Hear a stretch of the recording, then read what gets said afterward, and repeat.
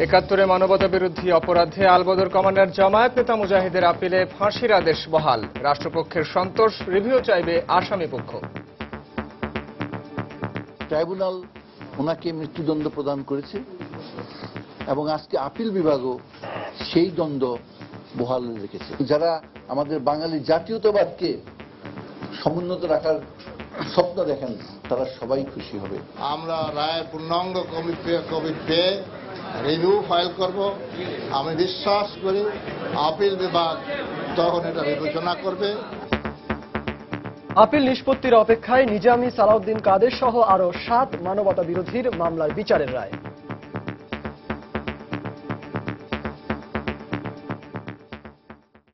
দেখছিলেন প্রধান শিরোনাম। সন্ধ্যার সময়ের সঙ্গে আছি আমি সাইফুল রুদ্র এবং আমি সজল মিত্র রিচার্ড। এবার অন্যান্য শীর্ষ সংবাদ। বাংলাদেশে সুষ্ঠু গণতান্ত্রিক পরিবেশ বিরাজ করছে, এগিয়ে যাচ্ছে উন্নতির দিকে। ব্রিটিশ পার্লামেন্টে সংবর্ধনায় প্রধানমন্ত্রী শেখ হাসিনা। রাজধানীর ইস্কাটনে জোড়া খুনের ঘটনায় এমপি পুত্র রনির জামিন আবেদন নামঞ্জুর। অসুস্থতার কারণ দেখিয়ে শুনানিতে অনুপস্থিত। সরকার ও আইওএম এর উদ্যোগে দেশে ফিরিয়ে আনা হলো পাচার হয়ে যাওয়া আরো 47 বাংলাদেশিকে। আরো 37 জনের পরিচয় শনাক্ত, প্রক্রিয়া চলছে ফিরিয়ে আনা। যমুনার পানি বেড়ে যাওয়ায় আবারও ভয়াবহ ভাঙনের কবলে সিরাজগঞ্জের বন্যা নিয়ন্ত্রণ বাঁধ। বিলীন কয়েকশো মিটার এলাকা, ঝুঁকিতে হাজারো মানুষ। এবং জেল ভাঙা মামলায় মিশরের সাবেক প্রেসিডেন্ট মুরসিকে মৃত্যুদণ্ডাদেশ দিল কায়রোর আদালত।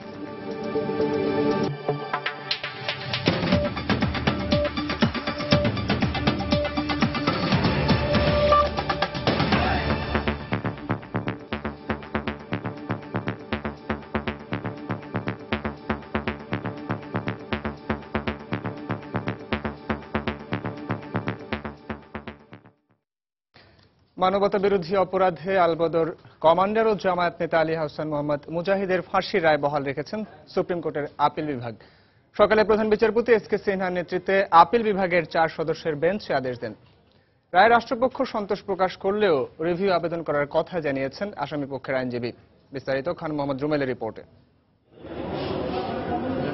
৭১ মহান মুক্তিযুদ্ধের সময় বুদ্ধিজীবী হত্যা সহ মানবতা বিরোধী অপরাধের দায়ে আলবদর বাহিনীর কমান্ডার ও জামায়াতের সহকারী সেক্রেটারি জেনারেল আলী হাসান মোহাম্মদ মুজাহিদকে 2013 সালের 17 জুলাই ফাঁসির আদেশ দেন ট্রাইব্যুনাল।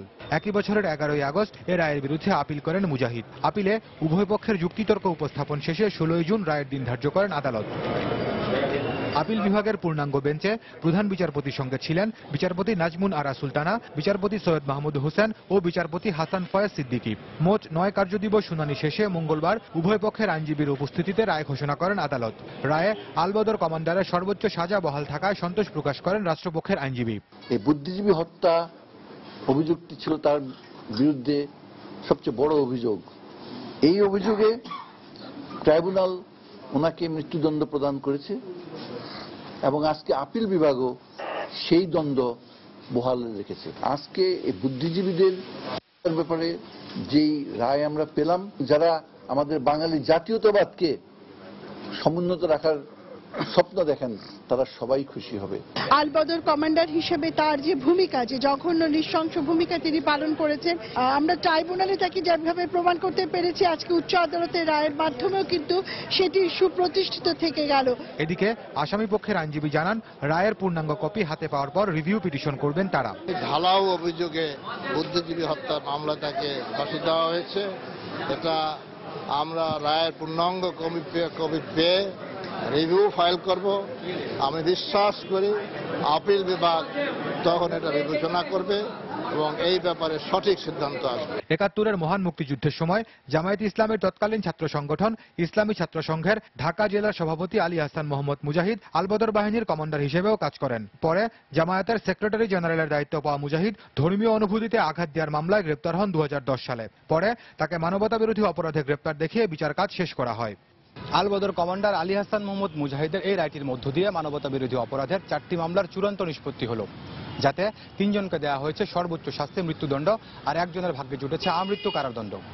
এখন সব প্রক্রিয়া শেষে অন্যান্য রায়ের মতো এই রায়টিও দ্রুত কার্যকর করা হবে, এমনটি প্রত্যাশা শহীদ পরিবারের সদস্য এবং মুক্তিযুদ্ধের সপক্ষের শক্তির। খান মোহাম্মদ রুমেল, সময় সংবাদ, ঢাকা। আন্তর্জাতিক অপরাধ ট্রাইব্যুনালে রায়ের বিরুদ্ধে খালাস চেয়ে করা আপিল নিষ্পত্তির অপেক্ষায় রয়েছে জামায়াতের আমির মতিউর রহমান নিজামী, বিএনপি নেতা সালাউদ্দিন কাদের চৌধুরী সহ আরও 7 মানবতা বিরোধীর মামলার বিচারের রায়। তবে বিএনপি নেতা সালাউদ্দিন কাদের চৌধুরীর শুনানি আপিল বিভাগের নিয়মিত কার্যতালিকায় রয়েছে, আর জামায়াত নেতা মীর কাশেম আলীর আপিলের সার সংক্ষেপের জন্য দিন ধার্য রয়েছে। নিষ্পত্তির অপেক্ষায় থাকা মামলাগুলোর বিস্তারিত থাকছে আফজাল হোসেনের রিপোর্টে। আন্তর্জাতিক অপরাধ ট্রাইব্যুনালের রায়ের বিরুদ্ধে জামায়াত নেতা মুজাহিদ, কামারুজ্জামান, কাদের মোল্লা, সাইদি ও বিএনপি নেতা সালাউদ্দিন কাদের চৌধুরী সহ 13 জন খালাস চেয়ে আপিল করেন। এদের মধ্যে আইনি প্রক্রিয়া শেষে কামারুজ্জামান, কাদের মোল্লার ফাঁসি কার্যকর করা হয়। সাইদির মৃত্যুদণ্ডের সাজা কমিয়ে আমৃত্যু কারাদণ্ডের রায় দেন আপিল বিভাগ।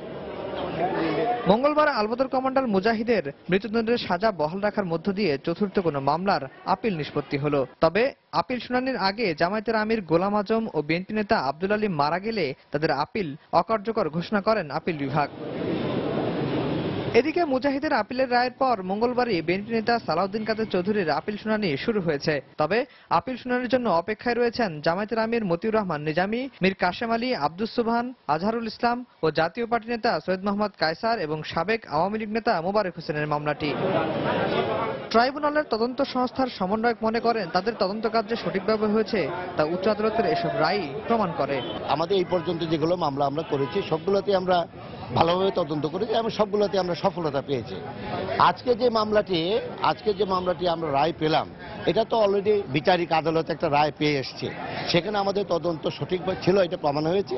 আন্তর্জাতিক অপরাধ ট্রাইব্যুনালের রায়ের বিরুদ্ধে যে 13 জন মানবতা বিরোধী উচ্চ আদালতে খালাস চেয়ে আপিল করেছিলেন, জামায়াত নেতা আলী হাসান মোহাম্মদ মুজাহিদের আপিল নিষ্পত্তির মধ্য দিয়ে চতুর্থ কোনো মামলার আপিল নিষ্পত্তি হলো। আর মঙ্গলবার থেকে বিএনপি নেতা সালাউদ্দিন কাদের চৌধুরীর আপিল শুনানি শুরু হয়েছে। আর আপিল শুনানির জন্য অপেক্ষা করছেন জামায়াতের আমির মতিউর রহমান নিজামী, মীর কাশেম আলী, জাতীয় পার্টির নেতা সৈয়দ মোহাম্মদ কায়সার সহ আরও 6 জন মানবতা বিরোধী। রাষ্ট্রপক্ষের প্রত্যাশা অচিরেই এসব মামলার আপিল নিষ্পত্তির মধ্য দিয়ে ফাঁসির রায় কার্যকর করার। আফজাল হোসেন, সময় সংবাদ, ঢাকা। এদিকে মৃত্যুদণ্ডপ্রাপ্ত আলবদর কমান্ডার ও জামায়াত নেতা আলী আহসান মোহাম্মদ মুজাহিদের আপিলের চূড়ান্ত রায়ে ফাঁসির আদেশ বহাল রাখায় সন্তোষ প্রকাশ করেছে গণজাগরণ মঞ্চ। সকালে আপিল বিভাগের রায় দেওয়ার পরপরই রাজধানীর শাহবাগের তাৎক্ষণিক প্রতিক্রিয়ায় সাংবাদিকদের সন্তুষ্টির কথা জানান মঞ্চের মুখপাত্র ইমরান সরকার। এ সময় তিনি দ্রুত রায় কার্যকরেরও দাবি জানান। রায় ঘোষণার আগে অবস্থান কর্মসূচি পালন করে গণজাগরণ মঞ্চ। রায় ঘোষণার পরপরই শাহবাগ থেকে একটি আনন্দ মিছিল করে গণজাগরণ মঞ্চের কর্মীরা। রায় ফাঁসির আদেশ বহাল থাকায় তারা স্বস্তি প্রকাশ করেন।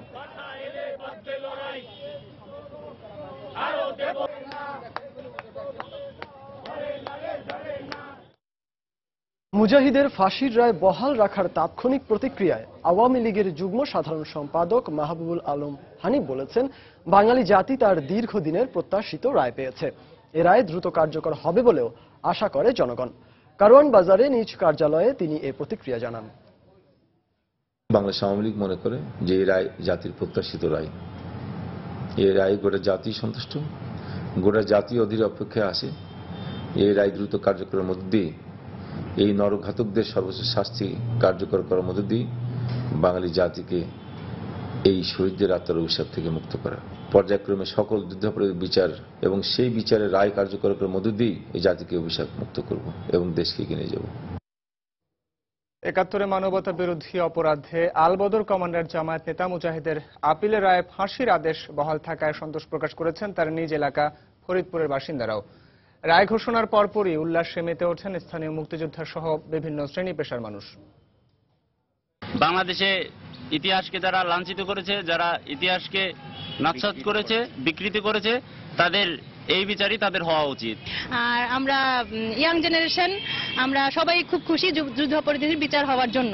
ফাঁসির রায় হওয়াতে ফরিদপুরবাসী হিসেবে আমি অত্যন্ত আনন্দিত এবং আমি মনে করি যে ফরিদপুর কলঙ্কমুক্ত হয়েছে। মুজাহিদের ফাঁসির রায় হয়েছে, আমরা ফরিদপুরবাসী অত্যন্ত আনন্দিত, খুশি।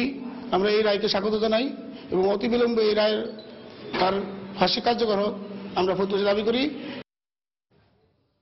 এদিকে বুধবার ভোর ৬টা থেকে বৃহস্পতিবার ভোর ৬টা পর্যন্ত সারা দেশে হরতাল ডেকেছে জামায়াত ইসলামী। অন্যদিকে হরতালে ঢাকা ও আশপাশের এলাকায় বাস ও মিনিবাস চলাচল স্বাভাবিক থাকবে বলে জানিয়েছে ঢাকার সড়ক পরিবহন মালিক সমিতি।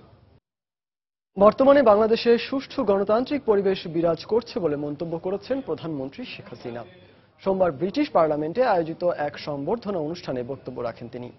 প্রধানমন্ত্রী পার্লামেন্টের সিপিএ কক্ষে প্রবেশ করলে ব্রিটিশ স্পিকার জন বার্কো এবং সংসদ সদস্য কিথ ভাস তাকে স্বাগত জানান। এ সময় প্রধানমন্ত্রীর তথ্য প্রযুক্তি বিষয়ক উপদেষ্টা সজীব ওয়াজেদ জয় ছাড়াও ব্রিটিশ পার্লামেন্টে নবনির্বাচিত এমপি টিউলিপ সিদ্দিক বক্তব্য রাখেন। প্রধানমন্ত্রী তার বক্তব্যে বলেন, বাংলাদেশ থেকে দারিদ্র্য দূর করাই বর্তমান সরকারের মূল লক্ষ্য। উন্নয়নের দিকে দেশ এগিয়ে যাচ্ছে বলেও মন্তব্য করেন তিনি। সাম্প্রদায়িক সম্প্রীতির কথা বলতে গিয়ে প্রধানমন্ত্রী বলেন, দেশে সব ধর্মের অনুসারীদের যার যার ধর্ম পালনের স্বাধীনতা রয়েছে। এ সময় আরও উপস্থিত ছিলেন রুশনারা আলী, যুক্তরাজ্যে নিযুক্ত বাংলাদেশের high commissioner M A. Hannan, Redwan Mujib Siddique, British Bangladeshi ব্যবসায়ী আমিন আলী সহ প্রধানমন্ত্রীর কার্যালয়ের কর্মকর্তারা।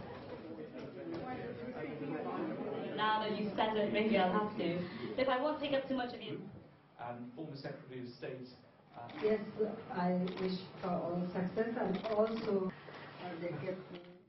will try to follow Westminster type of democracy in my country. But it is a very difficult job, but gradually improving. Our vision, it is very clear that we want to establish Bangladesh as a poverty-free country, a prosperous country. That is our main aim. Bangladesh is a secular country. In our country, people from every religion, they can live peacefully, and also they can perform their religion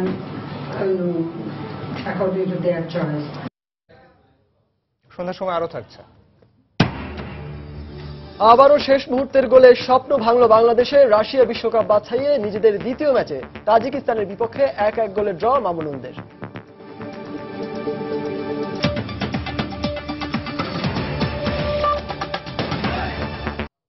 Bangladesh সফরে ভারতের প্রধানমন্ত্রী নরেন্দ্র মোদীর সঙ্গে বেগম জিয়ার যেন সাক্ষাৎ না হয় সেজন্য পররাষ্ট্রমন্ত্রী ষড়যন্ত্র করেছেন। সম্প্রতি ভারতের একটি পত্রিকায় বিএনপি চেয়ারপারসন বেগম খালেদা জিয়ার দেয়া এমন বক্তব্য প্রত্যাখ্যান করেছেন পররাষ্ট্রমন্ত্রী আবুল হাসান মাহমুদ আলী।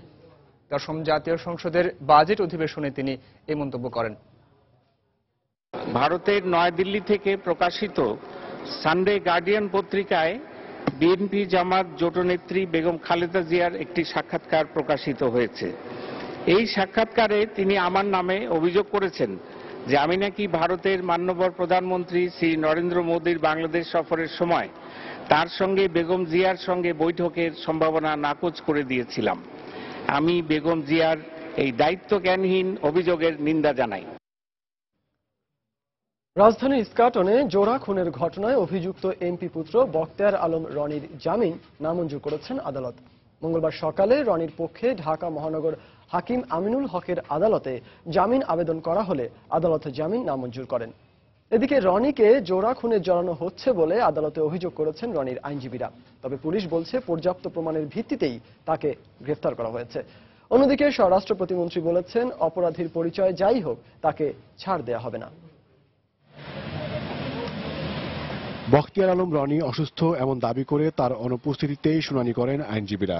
আদালতে তারা রনির চিকিৎসার জন্য অন্তর্বর্তী জামিন আবেদন করেন। এ সময় আইনজীবীরা বলেন, এজাহারে নাম না থাকলেও হয়রানি করতেই রনিকে এ মামলায় জড়ানো হয়েছে। তবে শুনানি শেষে আদালত জামিন আবেদন নাকচ করে দেন। এটা কোনো পরিকল্পিত হত্যা মামলা না। এই আসামিকে অযথা সন্দেহমূলকভাবে ঘটনার প্রায় 2 মাস পরে গ্রেফতার করেছে। এখন শুধুমাত্র হয়রানি করার জন্য পুলিশের সাথে হয়তো বা কোনো মনোমালিন্য ছিল বিধায় তাকে সন্দেহমূলকভাবে এই মামলায় গ্রেফতার করেছে। আসামির নাম এজাহারে নাই। আসামি পক্ষের আইনজীবীদের অভিযোগকে গদবাধা উল্লেখ করে গোয়েন্দা পুলিশের এই শীর্ষ কর্মকর্তা বলছেন, পর্যাপ্ত প্রমাণই পুলিশকে রনির কাছে নিয়ে গেছে। তদন্তের একটা পর্যায়ে এসে বেরিয়ে আসে গাড়ির আরোহী হিসেবে রনির নাম বেরিয়ে আসে। রনি ওই গাড়িতে ছিল সেই হিসাবে নয়, নামটি বা পরিচিতি প্রথমে নয়, প্রথমে আসলে একজন খুনির অস্তিত্বই আমাদের তদন্তে আসে এবং পরবর্তীকালে জানা যায় যে এই খুনি বখতিয়ার আলম রনি। তো সেই হিসেবেই তাকে গ্রেপ্তার করা হয়েছে। কাজেই আইনজীবীর পক্ষ থেকে বিজ্ঞ আদালতে যে বক্তব্য দেওয়া হয়েছে সেই বক্তব্য পুরোপুরি আসলে ভিত্তিহীন বলে আমরা মনে করি। এদিকে রাজশাহীতে এক অনুষ্ঠানে স্বরাষ্ট্র প্রতিমন্ত্রী আবারও বলেন, অপরাধীর পরিচয় যাই হোক না কেন ছাড় দেবে না সরকার। এখানে কে এমপি পুত্র, কে মন্ত্রী পুত্র, কে বিশাল বিত্তশালী লোকের পুত্র, ইনফ্লুয়েন্সিয়াল লোকের পুত্র, সেগুলি দেখা হচ্ছে না। আইনে যেটা আছে সেইভাবেই তার বিচার হবে এবং তার যে সমস্ত দুষ্কর্ম প্রমাণিত হয়েছে বলে পুলিশ বলছেন, চার্জশিট হলে তার বিচার শুরু হবে। গত 13 এপ্রিল গভীর রাতে ইস্কাটন এলাকায় সংসদ সদস্য পিনু খানের ছেলে রনি নেশাগ্রস্ত অবস্থায় গাড়ি থেকে গুলি ছুড়লে এক অটোরিকশা ও এক রিকশা চালক নিহত হন। গাড়ি চালকের স্বীকারোক্তিমূলক জবানবন্দির ভিত্তিতে 31 মে রনিকে গ্রেপ্তার করে পুলিশ। ওমর ফারুক, সময় সংবাদ, ঢাকা। মানব পাচার ঠেকাতে সরকারের পদক্ষেপের পাশাপাশি শ্বেতপত্রে ব্যাখ্যা দেওয়ার আহ্বান জানিয়েছেন সুশীল সমাজের প্রতিনিধিরা। সুজন আয়োজিত মানব পাচার রোধে করণীয় শীর্ষক আলোচনায় তারা একথা বলেন। এছাড়া জাতিসংঘের শরণার্থী বিষয়ক সংস্থার বাংলাদেশ প্রতিনিধি বলেন, মানব পাচারে বড় অঙ্কের অর্থনীতি জড়িত বলেই এটিকে শুধু নিম্ন শ্রেণীর মানুষের পাচার বলে উড়িয়ে দেওয়া যাবে না। জীবন জীবিকার টানে এবং উপায়ন্তর না দেখে যারা পাচারের শিকার হচ্ছে, বিদেশে পাড়ি জমাচ্ছে, আমাদের সরকারের তার দায়িত্ব তারা তাদের প্রতি পালন করুক। তাহলে কিন্তু আমরা এই সমস্যার থেকে উত্তরণ ঘটাতে পারবো। একই সাথে মিয়ানমার থেকে যে উদ্বাস্তুরা আসছে সে ব্যাপারে আন্তর্জাতিকভাবে যথাযথ ব্যবস্থা নেওয়া দরকার। অপরাধটা মিয়ানমার করলেও আমাদের সরকারের দায়িত্ব আছে, সেই দায়িত্ব তারা সুস্পষ্ট ব্যাখ্যা সরকারের কাছ থেকে আমরা চাই। এটা বন্ধ করার জন্য যে টাস্ক ফোর্স সহ একটা বিশেষ বন্দোবস্ত যদি সরকার না নেয় তাহলে কিন্তু এটা বন্ধ হবে না। দেশের ভেতরে এবং দেশের বাইরে আন্তর্জাতিক ফোরামে কঠোরতম ব্যবস্থা যাতে আমাদের সরকার নেয় এবং সেজন্য আমরা সরকারকে সহযোগিতা করতে প্রস্তুত আছি। The business generate about $100 million a year. মানব পাচারের মাধ্যমে প্রতি বছর $100 মিলিয়ন ব্যবসা করা হয়। সুতরাং এটিকে শুধু নিম্ন শ্রেণীর মানুষের পাচার বলা যায় না। আমরা মালয়েশিয়ায় অবৈধ অধিবাসীদের বৈধ করতে ও মিয়ানমারকে রোহিঙ্গাদের অধিকারের বিষয়ে চাপ দিয়ে যাচ্ছি। In this crisis, we have the পাচার হয়ে যাওয়া আরো 47 বাংলাদেশিকে দেশে ফিরিয়ে আনা হয়েছে। থাইল্যান্ড থেকে আসা একটি ফ্লাইটে গতকাল তাদের দেশে নিয়ে আসা হয়। এদের সবাই অবৈধভাবে সমুদ্রপথে মালয়েশিয়া যাবার সময় থাইল্যান্ডে ধরা পড়েন। পরে বাংলাদেশ সরকার ও IOM এর উদ্যোগে তাদের দেশে ফিরিয়ে আনা হলো। বিমানবন্দরে তারা জানান, দেশে কাজ না থাকায় ঝুঁকি নিয়ে বিদেশ পাড়ি জমিয়েছিলেন। ভাগ্য বদলের আশায় অবৈধভাবে সমুদ্রপথে মালয়েশিয়া যাত্রা শুরু করে এসব বাংলাদেশিরা। এক শ্রেণীর দালাল চক্র প্রথমে ছোট নৌকায় ও পরে বড় নৌকায় করে এদেরকে থাইল্যান্ড সীমান্ত দিয়ে মালয়েশিয়ায় পাচার করত। পাচার হয়ে যাওয়া অনেকেই থাইল্যান্ড ও মালয়েশিয়ার জঙ্গলে অত্যাচারিত হয়ে মারা যান। অনেকে ধরা পড়েন অবৈধ অভিবাসী হিসেবে। এরকম 47 জন বাংলাদেশিকে যাচাই বাছাইয়ের পর সোমবার দেশে ফিরিয়ে আনা হয়। এদের সবাই থাইল্যান্ডের বিভিন্ন ক্যাম্পে আটক অবস্থায় ছিল। দেশে ফিরে আসা এসব হতভাগ্যরা জানালেন তাদের অভিজ্ঞতার কথা। ছোট একটা বোর্ড, ওর ভিতরে 750 লোক, একটা লোকের উপর 3টে লোক দান করায় মানে শোয়া রেখে আমাদের 17 দিন কষ্ট দিয়ে নিয়ে গেছে। 17 দিন যাওয়ার পরে 3 দিন আগে খাদ্য ফুরাই গেছে। 3 দিন আমরা অনাহারে, এতটুকু পানি চাইলে মগেরা মারতো। টেকনাফে নিয়ে যা ছোট শিপটা আমাকে বড় শিপে তুলে দিছে। তারপরে ওখান থেকে আমাদেরকে নিয়ে যায় থাইল্যান্ডের বর্ডারে, আমরা প্রশাসন ওই নেভির কাছে ধরা খাচ্ছি। ধরা পড়ার পরে থাইল্যান্ড বর্ডারে ধরা পড়ার পরে ওখানে থাইল্যান্ড আছে 8 মাস জেল খাটছে। মূলত দেশে কাজের অভাবই তাদেরকে এরকম ঝুঁকি নিতে বাধ্য করেছে বলে জানালেন তারা। রোজগার ইনকাম করার উদ্দেশ্যে আমরা মানে জীবনের ঝুঁকি নিয়ে পানি পথে রওনা করছি। আমরা গ্রামে অনেক দারিদ্র ফ্যামিলির ছেলেমেলে, আমরা যাই হোক কাজ কাম করে খাই। তখন আমাদের দালালরা আমাদের এই দুর্বলতার সুযোগ নিয়ে বলে, তো তোরা গ্রামে কাজ করে কতটুকু টাকা পাস, এর থেকে আলোকে তুই অনেক টাকা পাবি, মালয়েশিয়ায় যায় ইনকাম করবি। বাংলাদেশ সরকার IOM এর সহযোগিতায় চিহ্নিত করার পর তাদেরকে দেশে ফিরিয়ে আনার উদ্যোগ নেয়। 47 জন, এরা কিন্তু একটু বেশ মোটামুটি আগের, মানে এই যে রিসেন্ট যে মাসগ্রেভের যে জিনিসটা হলো তার কিন্তু আগের। এবং আমরা যেটা তাদের কাছ থেকে ইনফরমেশন নেওয়ার সময় যে খবরগুলো আমরা পেলাম সেটা হলো যে তারা অনেকে দেখা যাচ্ছে যে 17-18 মাসেরও তারা আছে, আবার অনেকে ম্যাক্সিমাম যেটা দেখা গেল যে 7.5 মাস, 8 মাস, 8.5 মাস এরকম ধরনের ডিউরেশনে তারা ওখানে ছিল আর কি। থাইল্যান্ডের বিভিন্ন ক্যাম্পে আটকে থাকা এরকম আরো 1002 বাংলাদেশি অবৈধ অভিবাসীকে দেশে ফিরিয়ে আনার প্রক্রিয়া চলছে বলে IOM এর পক্ষ থেকে জানানো হয়। রামিম হাসান, সময় সংবাদ, ঢাকা। এদিকে মিয়ানমারের জলসীমা থেকে উদ্ধার হওয়া অভিবাসী প্রত্যাশীদের মধ্যে আরো 37 জনকে বাংলাদেশি হিসেবে শনাক্ত করা হয়েছে। তাদেরকে দেশে ফিরিয়ে আনার প্রক্রিয়া চলছে বলে জানিয়েছে বিজিবি। কক্সবাজার সেক্টরের বিজিবির commander colonel MM Anisur Rahman জানান, গত 21 মে মিয়ানমার জলসীমা থেকে 208 অভিবাসী প্রত্যাশীকে উদ্ধার করে দেশটির নৌবাহিনী। যাচাই বাছাই শেষে গত 8 জুন 150 জনকে বাংলাদেশি হিসেবে শনাক্ত করে তাদেরকে বিজিবির কাছে হস্তান্তর করে মিয়ানমার। পরবর্তীতে বাকি 58 জনের মধ্যে আরো 37 জনকে বাংলাদেশি হিসেবে শনাক্ত করা হয়। দুদেশের সীমান্ত রক্ষী বাহিনীর মধ্যে পতাকা বৈঠকের মাধ্যমে তাদেরকে বান্দরবানের ঘুমধুম সীমান্ত দিয়ে ফেরত আনার সম্ভাবনা রয়েছে বলে জানিয়েছে বিজিবি।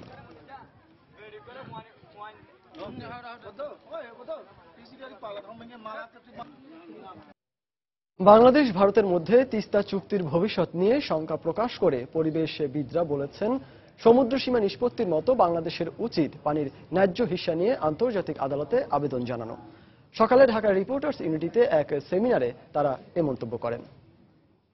মনে হওয়ার কোনো কারণ নেই যে ন্যায্য হিস্সা অনুযায়ী বাংলাদেশ তিস্তা থেকে পানি পাবে বলে, যে হয়তো একটা কোনো নামকাওয়াস্তে চুক্তি হবে মুখ বন্ধের জন্য, যতক্ষণ পর্যন্ত সেই কোয়ান্টামটা পশ্চিমবঙ্গের মুখ্যমন্ত্রী তার মনোপুত না হয় ততক্ষণ পর্যন্ত আমরা পানি পাবো না। সমুদ্রের সীমা যে নিষ্পত্তি হয়েছে, এটা ভারতের সাথে দ্বিপাক্ষিক আলোচনা করে এই নিষ্পত্তির পথে গেলে এটা কত বছর লাগতো এবং আদৌ হতো কিনা, এবং যতটুকু পেয়েছি আমরা ততটুকু পেতাম কিনা, এটা নিয়ে ঘোরতর সন্দেহ আছে। পানির ব্যাপারে এই সুযোগটা তৈরি হয়েছে এখন আন্তর্জাতিক পানি কনভেনশনের মাধ্যমে, কিন্তু ভারত এখানে সাইন করে না এবং বাংলাদেশ এখন পর্যন্ত সাইন করে। বাংলাদেশ ওটা সাইন করবে এবং ওই আন্তর্জাতিক পানি আইনের মধ্যে যদি ভারতকে নিয়ে এই আন্তর্জাতিক পানি আইনের ভিতরে যদি বিষয়টাকে নিয়ে আসে, তাহলে সকল, শুধু তিস্তা না, সকল নদীর বিষয়ে বাংলাদেশের যে অধিকার, সেই অধিকার প্রতিষ্ঠা হয়। যমুনা নদীর পানি বেড়ে যাওয়ায় আবারও ভয়াবহ ভাঙন শুরু হয়েছে সিরাজগঞ্জের বালুখুগরি বন্যা নিয়ন্ত্রণ বাঁধে। গত দুদিনের ভাঙনে বিলীন হয়ে গেছে বাঁধের কয়েকশো মিটার এলাকা। এতে আশপাশের মানুষ তাদের বাড়িঘর অন্যত্র সরিয়ে নিয়ে যাচ্ছে। পাশাপাশি ভাঙন ঝুঁকিতে রয়েছে আরো 7 গ্রামের মানুষ। তবে পানি উন্নয়ন বোর্ড বলছে, বাঁধ রক্ষায় স্থায়ী ও জরুরি ব্যবস্থা নেওয়া হয়েছে। সিরাজগঞ্জ থেকে রিঙ্কু কুণ্ডুর পাঠানো তথ্য, ছবি নিয়ে ডেস্ক রিপোর্ট। উজান থেকে নেমে আসা পাহাড়ি ঢলে যমুনার পানি দ্রুত বৃদ্ধি পাওয়ায় সিরাজগঞ্জের সদর উপজেলার বালিঘুগরি বন্যা নিয়ন্ত্রণ বাঁধে অস্বাভাবিক ভাঙন দেখা দিয়েছে। গত দুদিনের অব্যাহত ভাঙনে বাঁধের প্রায় 400 মিটার এলাকা নদী গর্ভে বিলীন হয়ে গেছে। ঝুঁকির মধ্যে রয়েছে আরো 600 মিটার। পানি বৃদ্ধি অব্যাহত থাকায় চরম আতঙ্কে রয়েছেন বালিঘুগরি, ইতালি, বাহুকা ও 5 ঠাকুরি সহ আশেপাশের 7 গ্রামের মানুষ। দুঃখের সীমা নেই, যে বন্যা ভেঙে যাইতেছে, ফসল ভাজে শেষ হয়ে যাইতেছে। 4 বিঘা জমি ধরে লাস্টে 4 বিঘা জমি ধরে এই বছর ভেঙে এখন লাস্ট সময় পাবেন এটা হয়ে গেল। ইদানিং যে বার্তা দিছে, পানির যদি বাইরে যায় তাহলে আর এলাকা টিকা রাখার মতন ক্যাপাসিটি নেই। যে বাদুর যে মানুষ আশ্রয় নিয়েছিলাম, এই বাদও আর থাকলো না, আর মানুষ কোথায় যাবো? এদিকে ভাঙন শুরুর পর বালিঘুগরি বাঁধ ও এর আশেপাশের শতাধিক বাড়িঘর অন্যত্র সরিয়ে নেওয়া হয়েছে। স্থানীয়দের অভিযোগ, শুষ্ক মৌসুমে বাঁধটি সংস্কার করা হলে তাদেরকে এই ঝুঁকির মধ্যে পড়তে হতো না। আঙ্গুর এই দুর্দশা হবে, এরা কাম এইরকমই হইব। এই ব্যাংকে আছে, এখন কয়েক বস্তা দিব, কাম টাম হইব, তারপরে ভাঙবো না, কাম হইব না। অবশ্য পানি উন্নয়ন বোর্ড বলছে, বিকল্প বাঁধ তৈরি সহ ভাঙন রোধে নেওয়া হয়েছে জরুরি ব্যবস্থা। এখানে যেহেতু একটা বিকল্প বাঁধ অলরেডি হয়ে গেছে, তো বিকল্প বাঁধের ভিতরে যে জায়গাগুলি আছে সেই জায়গাগুলি হয়তো পানি ঢুকলে সামান্য পানি ঢুকতে পারে, তবে বিকল্প বাঁধের বাইরে যারা আছেন তারা নিরাপদে আছেন। খুব কম এলাকায় বিকল্প বাঁধের ভিতরে আছেন, রিভার সাইডে আছেন। সেক্ষেত্রে আমরা আশা করছি ওনারা ইতিমধ্যে ঘরবাড়ি সরিয়ে নিচ্ছেন। আমরা আশা করছি যদি কোনো কারণে পানির খুব প্রভাব বৃদ্ধি পায়, যে মারাত্মক বন্যা সৃষ্টি হয়, সেক্ষেত্রে যদি বাঁধ ভেঙে যায় তাহলে আমাদের যে বিকল্প বাঁধ অবশ্যই রক্ষা করবে। 2012 সালে 8 কোটি টাকা ব্যয়ে 3.25 কিলোমিটার দীর্ঘ বালিঘুগরি বন্যা নিয়ন্ত্রণ বাঁধ তৈরি করে পানি উন্নয়ন বোর্ড। সময় সংবাদ, সিরাজগঞ্জ। আদর্শ থেকে বিচ্যুত হওয়ার কারণেই বিএনপি সংকটে পড়েছে বলে মন্তব্য করেছেন দলের স্থায়ী কমিটির সদস্য লেফটেন্যান্ট জেনারেল অবসরপ্রাপ্ত মাহবুবুর রহমান। বিকেলে জাতীয় প্রেস ক্লাবে এক আলোচনা সভায় প্রধান অতিথির বক্তব্যে তিনি এ মন্তব্য করেন। তিনি বলেন, যোগ্যদের মূল্যায়ন করে দল পুনর্গঠন করলে আবারও ঘুরে দাঁড়ানো সম্ভব হবে। আজকে যে জাতীয় দুর্যোগ, সেই দুর্যোগে আমাদেরকে জিয়াকে অবলম্বন করতে হবে, জিয়া আদর্শকে অবলম্বন করতে হবে। এবং আজকে আমাদের এই দলেরও যে বর্তমান সংকট, সেই সংকটটা কিন্তু জিয়া থেকে সরে এসেছে দেখি আজকে পুনর্গঠনের কথা বলা হচ্ছে। কিন্তু পুনর্গঠন আমরা চাই ঠিক জিয়ার আদর্শের পুনর্গঠন। আমরা জিয়াকে কষ্টি পাথর হিসেবে নিব, কষ্টি পাথর। এবং আমি ওই কষ্টি পাথরে যাচাই করব আমার সোনা, আমার রূপা। যে টিকবে সেই দলে থাকবে, যে টিকবে না তার দলে থাকার কোনো অধিকার নাই।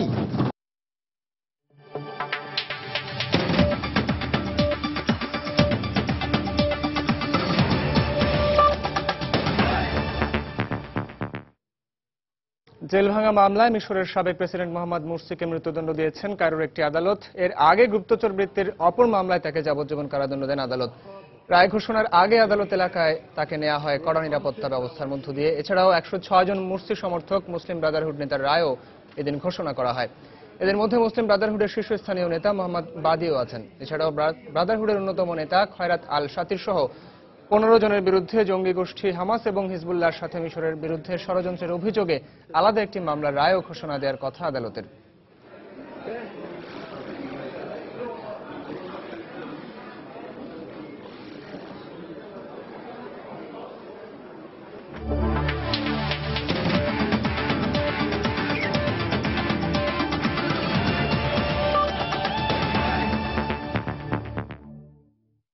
বিশ্বকাপ বাছাই ম্যাচের খবর। আবারও শেষ মুহূর্তের গোলে স্বপ্ন ভাঙল বাংলাদেশের। পুরো ম্যাচে আধিপত্য ও শুরুতে লিড নিয়েও তাজিকিস্তানের বিপক্ষে 1-1 গোলে ড্র করেছে মামুনুলরা। বাংলাদেশের পক্ষে গোল করেন হেমন্ত ভিনসেন্ট বিশ্বাস। বঙ্গবন্ধু স্টেডিয়ামে বাংলাদেশের চেয়ে র্যাঙ্কিং এর উপরের দল তাজিকিস্তানের বিপক্ষে খেলার শুরু থেকেই আক্রমণাত্মক খেলতে থাকে বাংলাদেশ। এতে গোলের বেশ কয়েকটি সুযোগও তৈরি করে মামুনুলরা, কিন্তু স্ট্রাইকারদের ব্যর্থতায় গোল বঞ্চিত থাকতে হয় স্বাগতিকদের। এতে প্রথমার্ধ থাকে গোলশূন্য। তবে দ্বিতীয়ার্ধে বদলে যায় ম্যাচের চিত্রপট। 49 মিনিটে মামুনুলের ফ্রি কিক থেকে দুর্দান্ত হেড করে বাংলাদেশকে লিড এনে দেন হেমন্ত।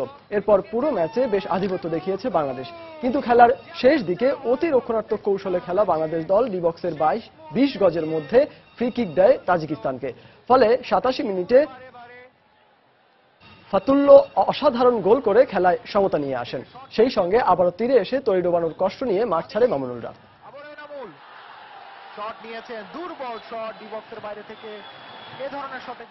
সন্ধ্যার সময়ের এই পর্যায়ে শীর্ষ সংবাদগুলো জানিয়ে দিচ্ছি আরো একবার। 71 মানবতা বিরোধী অপরাধে আলবদর কমান্ডার জামায়াত নেতা মুজাহিদের আপিলের রায়ে ফাঁসির আদেশ বহাল। রাষ্ট্রপক্ষের সন্তোষ, রিভিউ চাইবে আসামি পক্ষ।